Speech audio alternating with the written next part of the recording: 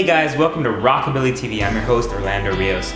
On today's episode, we talk with someone that you may not consider rockabilly, but you know what? He prefers it that way. He's topped the charts with his band Motorhead, and now you can find him playing along with Slim Jim Phantom and Danny B. Harvey as the band The Head Cat. Now, of course, I'm talking about the one and only Lemmy. In our interview with Lemmy, we talk about everything from the categorization of music to the band The Head Cat, all the way to his days with Hawkwind and relations with the Ramones. So if you're a little sensitive about the word rockabilly, you may want to turn down your speakers. Ladies and gentlemen, Rockabilly Magazine and Rockabilly TV present Lemmy.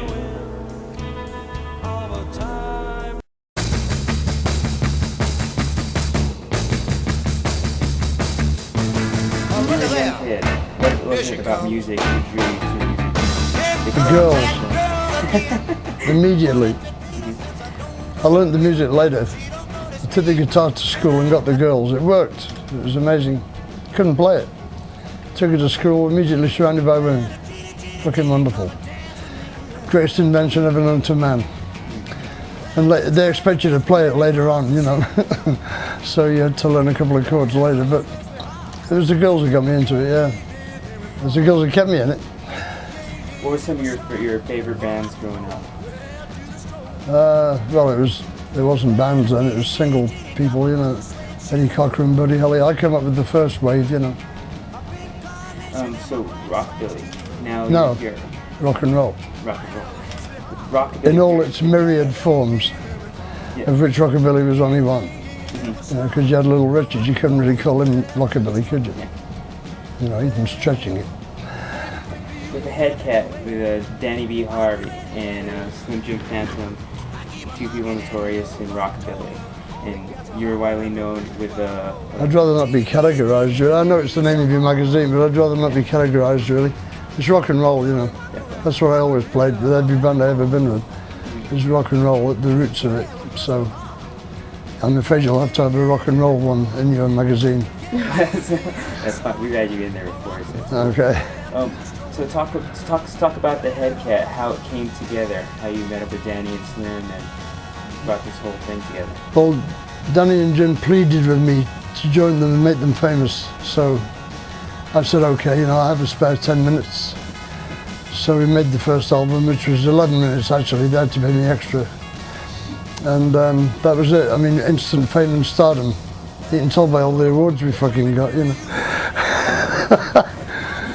The trouble is with this band, it's like in my time off, you know.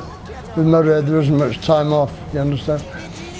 It's like really rare, you know, so we have to do it in fits and starts, by which time everybody's forgotten again. So we have to start again, you know, it's like really tricky, isn't it, Dan? Yeah. Say yes, okay. Yeah. Well, I mean, Hawkwind was really an odd band to be in, you know, like, I mean, everybody was fucking nuts, basically, because we were all on acid, you know, all the time, so it was difficult to get anything sorted out, you know, as a concerted policy, you know. Somebody had gone for a walk with his dog, you know, so you couldn't talk to him, you know. He said, oh, sorry, Dave can't make the show tonight. He took some acid and went for a walk, you know, so that's really helpful, you know. Yeah. I just think this is great, you know, to have, because I mean, there's a lot of it, when you think of rockabilly, it's rock and roll, just like you said. It's not, you can't really categorize it. You can't put a name on it. You shouldn't, you know. You shouldn't. Because that starts to ruin it right there, you know. Exactly. When you cut it up, when you cut people away from each other. Exactly. You know, you shouldn't do that. Them. It should just be rock and roll. Let's fucking have done with it, you know. It's like in the old days, the police were the enemy, right? You know, and everybody else was together, right? Exactly. Against the enemy. And we've lost that now. Yeah. Everybody's super categorized. The charts in the back of magazines are ridiculous now. I saw one yesterday, it was like urban and rhythmic and postmodern. Yeah. And what the fuck is postmodern? The future, right? You know. Okay. So they have an all-seeing third eye, you know, into the future. It's fucking bullshit, you know. When we went #1 with Motorhead, we went #1 in the national chart against Barbara fucking Streisand and the Bee Gees and everybody. And to be #1 in that chart means something. It does. Right? To be #1 in the heavy metal chart or the rockabilly chart, you know, means nothing. That's the people who are already listening to it. You know, what's the point of being #1 in that? You know, it doesn't mean a damn thing. You know, you should be #1 against everybody else. That's something. What was it like? I know you did a lot of the, well, you played some of the last shows with the Ramones. I played on the last one in LA, yeah. What was that like? Sad, you know, kind of, because they all still fucking hated each other. Yeah, and Dee Dee was there, you know, and he hated everybody as well, you know. It was just a drag, you know. Like, that they should be playing that great music on stage and then come off stage and all go in separate cars, you know. Well, it's a shame, you know. With you guys all together, I mean, with Johnny, Joey, Dee Dee, and yourself, how did you think that all... You never got them all together. They were all in ones and twos, you know. You would see maybe Dee Dee hanging out with Joey, but he was gone from the band a long time by then, you know. And in the old days, you would get Dee Dee and Johnny would never speak to each other. Johnny and Joey would never speak to each other. Marky would try and speak to everybody, try to be the referee, you know, but it really didn't work. It was just a shame, you know, that they could do such good music together and then not even speak off stage, you know. Yeah. Just a shame, you know, really.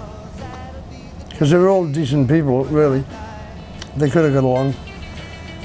But Johnny shouldn't have stole Joey's bird, you know, that's basically what did it. Yeah.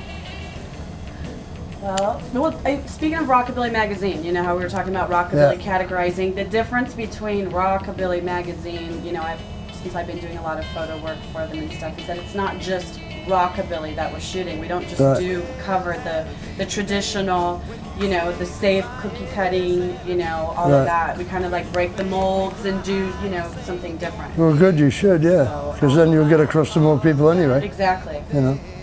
So rock and roll for life. Rock and roll is life and death to some poor bastards. Not me yet, hopefully, you know. Yes. Hey guys, that's it for this edition of Rockabilly TV. To find out more information about the Headcat, check out the September-October 2006 issue of Rockabilly Magazine.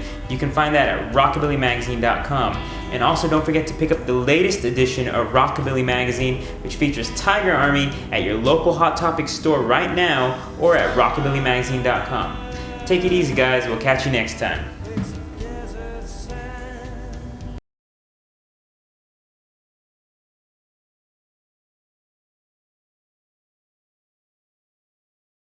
Rockabilly Magazine rocks!